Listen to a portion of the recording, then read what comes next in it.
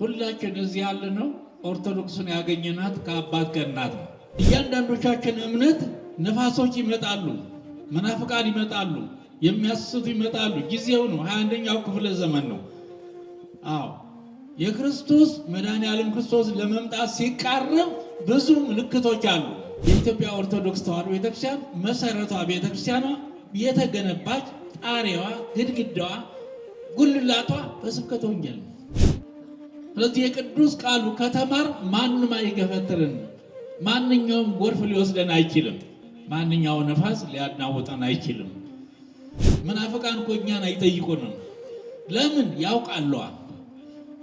አዎ በምንም ተአምር እኛን አይጠይቁንም።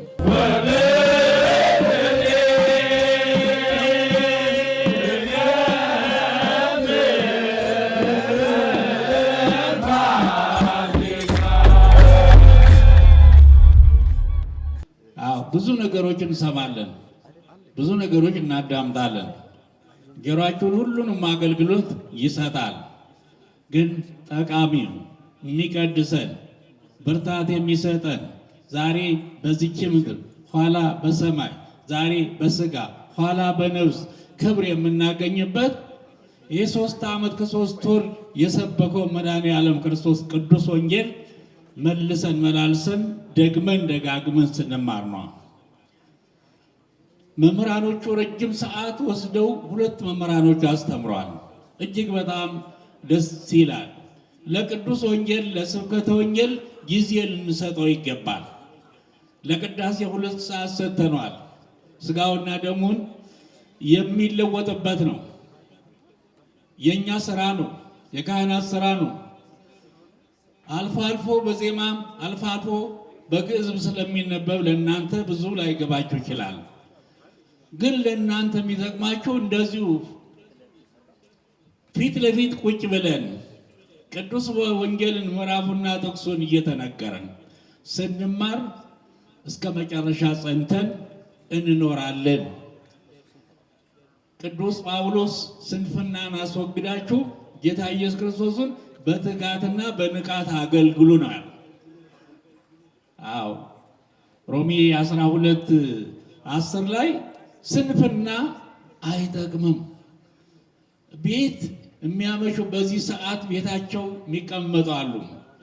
ይሄ አጥቢያ ደግሞ ኑና ተማሩ፣ ኑና ቅዱስ ወንጌልን ተማሩ እያላችሁ ነው ያለ። ስለዚህ በመምጣታችሁ ለራሳችሁ እጅግ በጣም ክብር ታገኛላችሁ።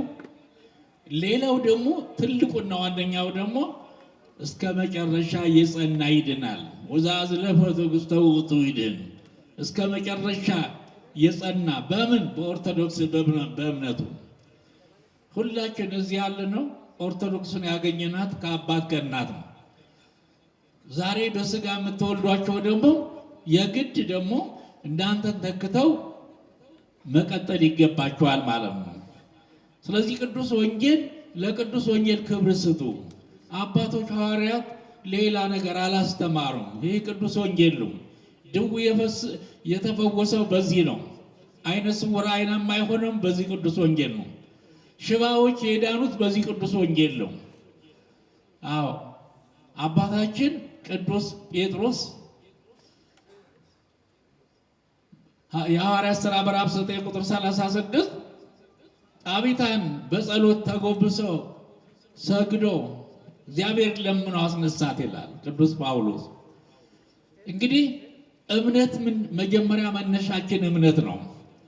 እምነት ሃይማኖት ሰመሰረት ይእቲ ወካልአዲ ህንፃ ወንድቆሞቱ። መጀመሪያ አማኞች መሆን አለብን። እኛ ኦርቶዶክሳውያን አሁን አይደለም በ40 እና በ80 ቀን ነው እግዚአብሔርን ያሳወቁን ወላጆቻችን። ከዛ በኋላ ያለው ህይወት ደግሞ ራሳችንን በቁሞተ ስጋ እያደግን በአይምሮ እያደግን ስንሄድ ደግሞ ሃይማኖታችን ወይም እምነታችን መሰረቷ ምን ትመስላለች? ዶክትሪኗ ምን ይመስላል? ስርዓቷ ምን ይመስላል? ቀኖናው ምን ይመስላል? የሚል ብለው መማር ያስፈልጋል፣ ማወቅ ያስፈልጋል። አዎ በወንጌል የተሰበከ ሰው ማንም ሊጠልፈው አይችልም። አይታችኋል። በማቴዎስ ወንጌል ምዕራፍ 24 ምዕራፍ 7 ቁጥር 24 ላይ በምን አድርጎ መስሎ ያስተማራቸው? በቤት። አዎ ቤቱን በህንፃ ላይ ወይም ደግሞ በአለት ላይ በኮኩ ላይ እየሰራ ሰው ዝናብ መጣ፣ ነፋሱ መጣ፣ ጎርፍ መጣ፣ ያ ቤትም ሊያነቃንቀው አልቻለም። ለምን? በአለት ላይ ስለተሰራ። ቀጥሎ ያለውስ በምንድን ነው ያለው? ቀጥሎ ያለው ደግሞ ቤቱን ደግሞ በአሸዋ ላይ እየሰራ በድቡስት ላይ እየሰራ ሰው ለጊዜው ቤት ብሎ ተጠለለበት። ከዛ ዝናብ ወረደ፣ ከዛ ነፋስ መጣ፣ ከዛ ጎርፍ መጣ። ያ ቤት ነቃቅሎ ጣለው። አወዳደቁ የከፋ ሆነ ነው የሚለው። ይህ ስለ ቤት ስራ አይደለም፣ ስለ እያንዳንዶቻችን እምነት ነው። እያንዳንዶቻችን እምነት ነፋሶች ይመጣሉ፣ መናፍቃን ይመጣሉ፣ የሚያስቱ ይመጣሉ። ጊዜው ነው፣ 21ኛው ክፍለ ዘመን ነው። አዎ የክርስቶስ መድኃኔዓለም ክርስቶስ ለመምጣት ሲቃረብ ብዙ ምልክቶች አሉ። አንዱና ዋነኛው እምነትን ወይም ደግሞ የራሱን ሃይማኖት ማሳት ነው። ብዙዎች ይስታሉ፣ ብዙዎች ይወድቃሉ፣ ብዙዎች ይዋረዳሉ ይላል።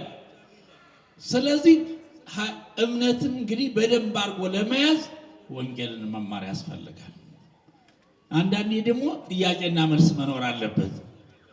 ስለዚህ የኢትዮጵያ ኦርቶዶክስ ተዋሕዶ ቤተክርስቲያን መሰረቷ ቤተክርስቲያኗ የተገነባች ጣሪያዋ፣ ግድግዳዋ፣ ጉልላቷ በስብከተ ወንጌል ነው። አዎ ስብከተ ወንጌል ምን ያደርጋል? ሁሉም ነገር ሁለንተናዋን ለቤተ ክርስቲያናችን ምእመናን እንዲበዙ ያደርጋል። የራሷ የሆነ ደግሞ የሚቄ ደግሞ እንደዚህ ታሳድጋለች። በወንጌል ያልተሰበከ ምእመን ግን ሊሰጥ አይችልም። አስራት በኩራት ቀዳሚያት ሊያመጣ አይችልም። መጀመሪያ ማስተማር አለብን። መጀመሪያ በደንብ እንዲማር ማድረግ አለብን። ስለዚህ መምህራኖች እውቅ መምህራኖች ሲያስተምሩ ጊዜ ወስዳችሁ ጸጥ ብላችሁ አእምሯችሁ ለእግዚአብሔር ቃል አውሉት። አዎ ምክንያቱም እናልፋለን፣ ኃላፊዎች ነን። አዎ ጊዜያዊ ነን፣ ቋሚ አይደለንም። ስለዚህ የቅዱስ ቃሉ ከተማር ማንም አይገፈትርንም። ማንኛውም ጎርፍ ሊወስደን አይችልም። ማንኛው ነፋስ ሊያናውጠን አይችልም። ከተማር እኛ እኮ አይጠይቁንም። መናፍቃን እኮ እኛን አይጠይቁንም። ለምን? ያውቃሉ።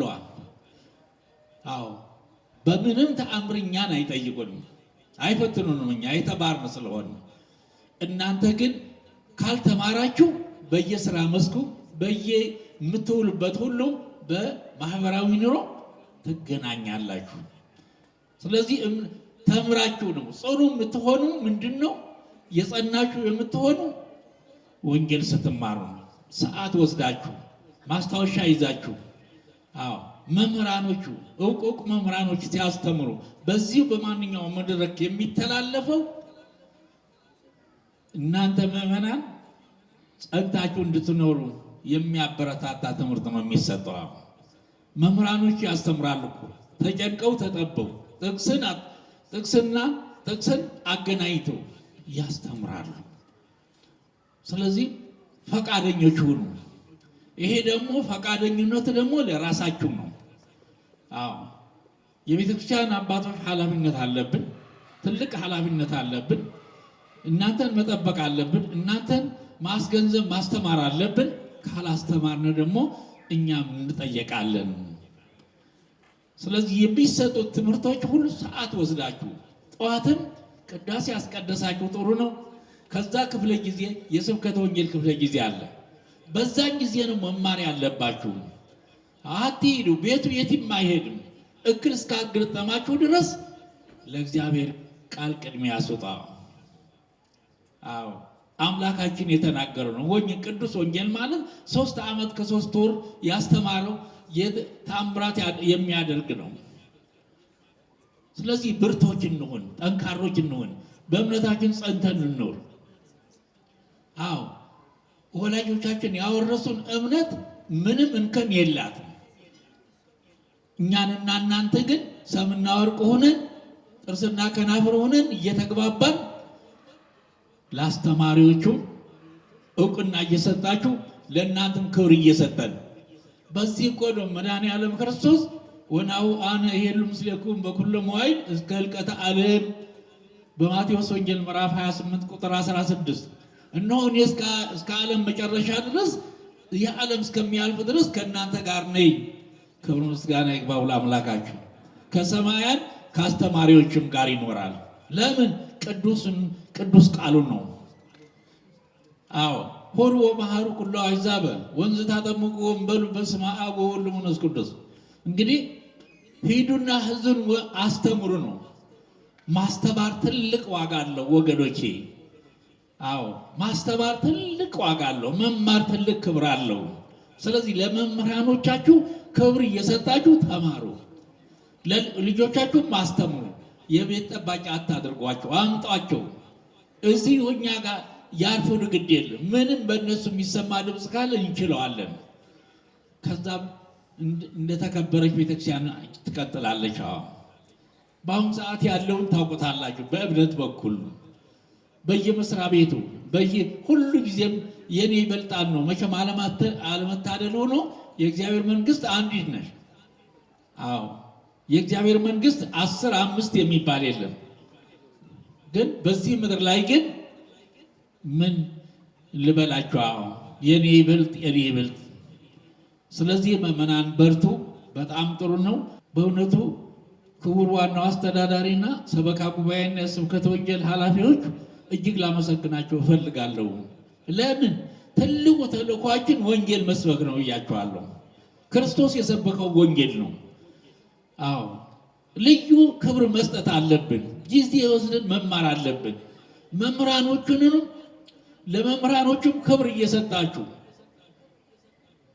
እናንተንም ክብር እንሰጣችኋለን። ምእመናን አብረን ነው። ማህበረ ካህናት ማህበረ ምእመናን ነው የምንባለው።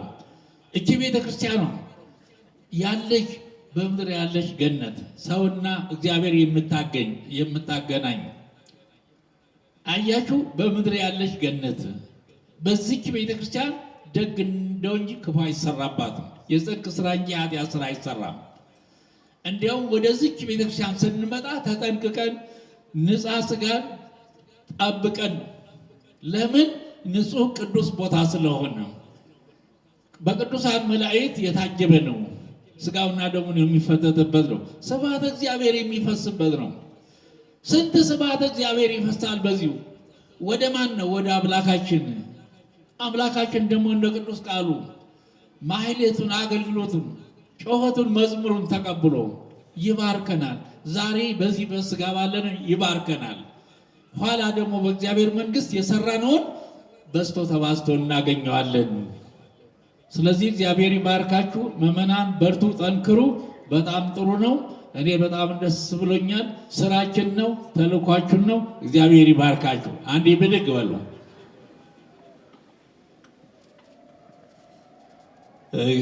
እግዚአብሔር ይመስገን፣ እግዚአብሔር ይመስገን፣ እግዚአብሔር ይመስገን፣ እግዚአብሔር ይመስገን